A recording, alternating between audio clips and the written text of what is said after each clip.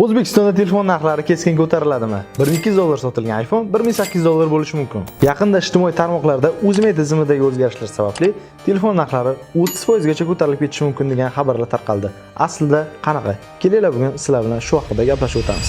Agarda siz chetdan noqonuniy telefon olib kiradigan bo'lsangiz, 30% bojxona to'lovi to'lashga majbursiz. 2024-yil 28-yanvardan boshlab har bir fuqaro ikkitagacha telefonni bojxona to'lovlarisiz olib kirishi mumkin.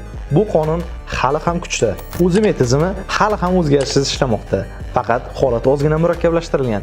Endilikda siz 2024-yil 20-dekabrdan boshlab ikkita olib kirmoqchi bo'lgan telefoningizni bojxona to'lovlarisiz olib o'tishni xohlasangiz, albatta bojxona deklaratsiyasini to'ldirishingiz shart. 30% bojxona to'lovi qachon amalga oshirilishi mumkin? Agarda sizning telefoningiz ikkitadan ko'proq bo'lsa, 30% bojxona to'lovini to'lashga majbursiz. Yokida qo'lingizdagi ikkita telefonni ham deklaratsiya to'ldirmasdan olib o'tadigan bo'lsangiz, tizimini noqonuniy olib o'tish deb hisoblaydi va siz 30% bojxona to'lovi to'lashga majbursiz. Demak, siz hali ham telefoningizni bojxona to'lovlarisiz ro'yxatdan o'tkazishingiz mumkin. Uning uchun siz haqiqatan ham o'sha telefonni o'zingiz chet eldan olib kelgan bo'lishingiz shart. Demak, O'zbekistonda ishlab kelayotgan yirik telefon brendlari Apple, Samsung, Xiaomi, Tecno va boshqalar rasmiy import qilishda davom etishmoqda. Demak, xavotirga o'rin yo'q, telefon narxlari o'zgarishsiz qoladi.